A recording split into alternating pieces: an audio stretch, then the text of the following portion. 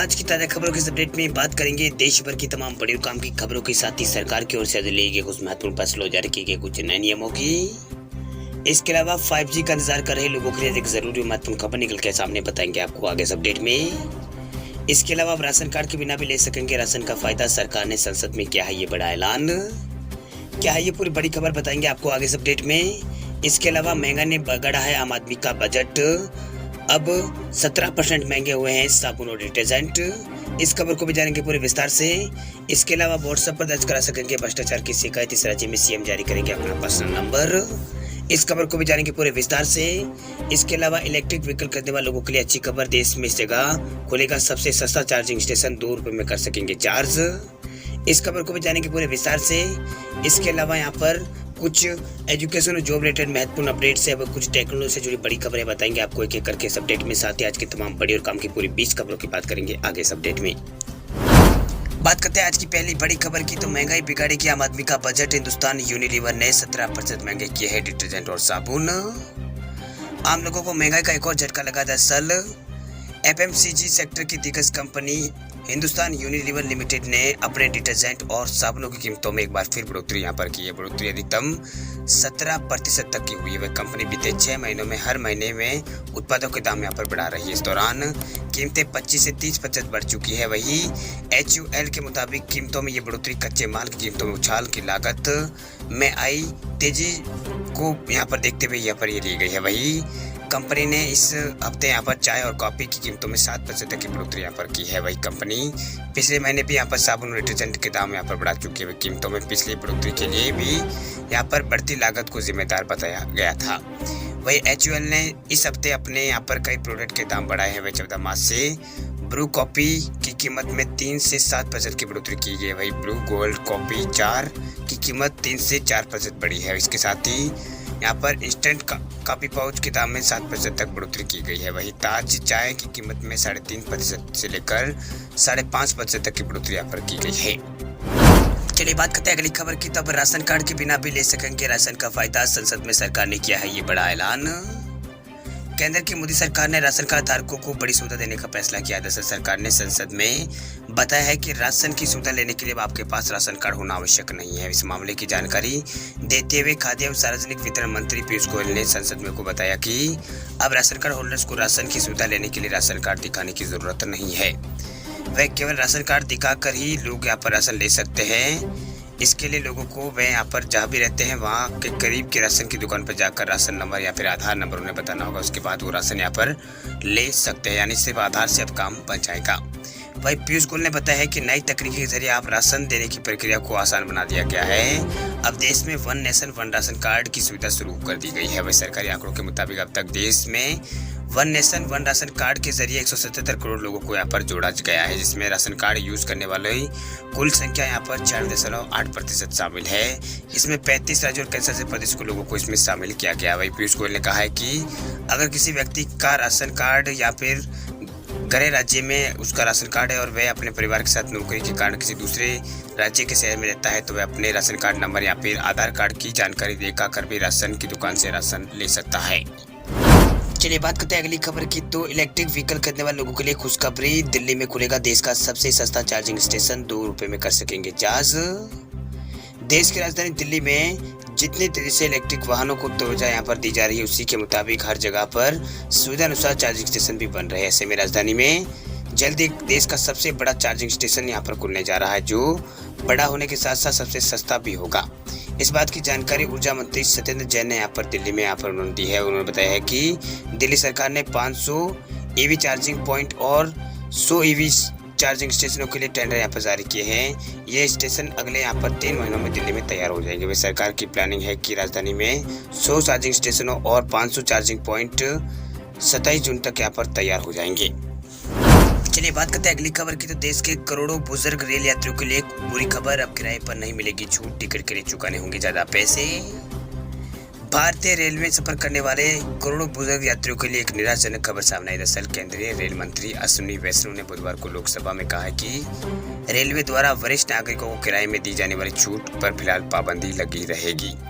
इसका मतलब सीधा ये हुआ है कि ट्रेन में सफ़र करने वाले वरिष्ठ नागरिकों को किराए में फिलहाल छूट यहाँ पर नहीं मिलेगी और उन्हें बाकी यात्रियों की तरह ही पूरा पैसा चुकाना होगा।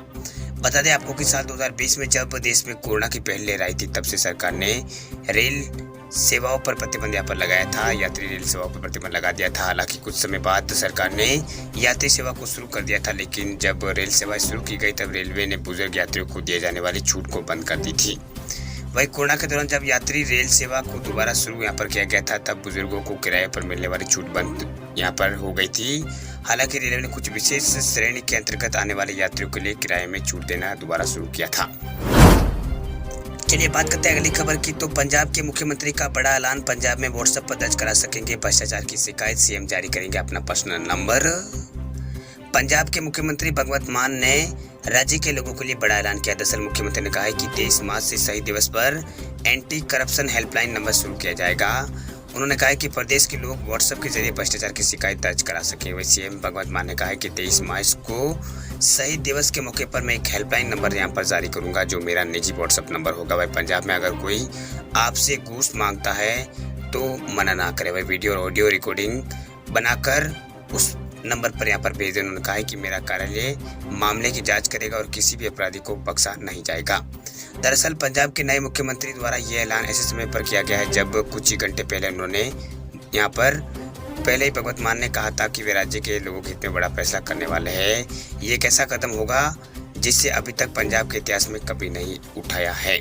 ऐसा माना जा रहा है कि वे कुछ बड़े यहाँ पर फैसले ले सकते हैं। वही दिल्ली की तरह पंजाब में भी आम आदमी पार्टी की सरकार भ्रष्टाचार के खिलाफ कड़ी कार्रवाई करने की तैयारी में जुट गई है। वे आपने अपने गठन की नींव ही भ्रष्टाचार को खत्म करने को लेकर रखी थी। ऐसे में इस बार यहाँ पर ये उम्मीद जताई जा रही है कि वे इस तरह का कोई फैसला पंजाब को लेकर यहाँ पर कर सकती है। चलिए बात करते हैं अगली खबर की। तो यूपी में बोर्ड परीक्षार्थियों के लिए खुशखबरी, 10वीं और 12वीं का एडमिट कार्ड हुआ है जारी।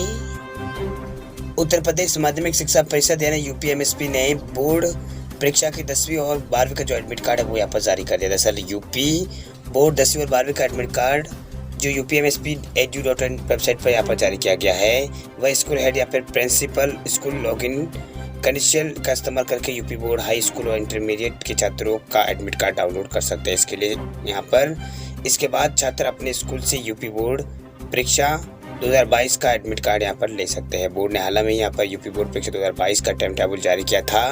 वह यूपी बोर्ड परीक्षा 24 मार्च से शुरू होने वाली है। ये परीक्षा 2 शिफ्ट में मॉर्निंग और इवनिंग में यहाँ पर इवनिंग में आयोजित यहाँ पर की जाएगी। वही यूपी बोर्ड कक्षा 10वीं यानी हाई स्कूल की परीक्षा 24 मार्च से शुरू होगी। वह 12वीं की परीक्षा यहाँ पर 24 मार्च से 12वीं की शुरू होगी और 20 अप्रैल को ये खत्म होगी। जैसे 10वीं की परीक्षा 12 अप्रैल को खत्म हो जाएगी।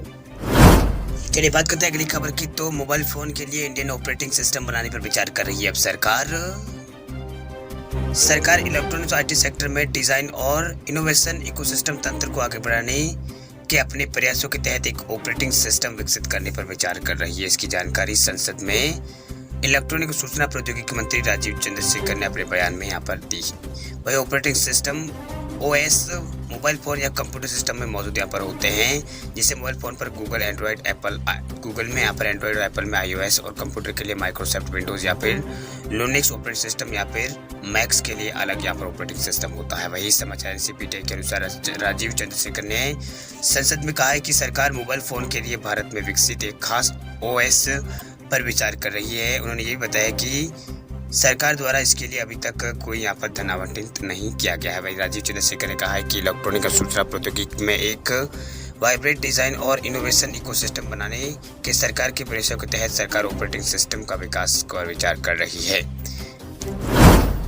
चलिए बात करते हैं अगली खबर की। तो 5G को लेकर बड़ी खबर, 5G के इंतजार में अब तक बिक गई है 1 करोड़ से अधिक डिवाइस, लेकिन कब मिलेगी सेवा इसका नहीं है कोई भी सिग्नल।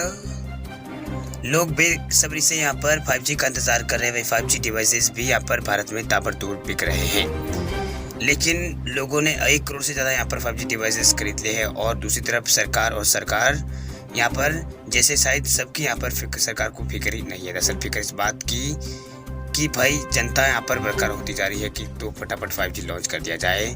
वही लॉन्चिंग तो छोड़िए, अभी तक यहाँ पर 5G के लिए स्पेक्ट्रम की नीलामी यहाँ पर नहीं हो पाई है। यानी साफ है कि लोग ऐसे डिवाइस के लिए यहाँ पर पैसे कस रहे हैं जिसका पूरा इस्तेमाल वो कब कर पाएंगे इसका दूर दूर तक कोई भी संकेत नहीं है।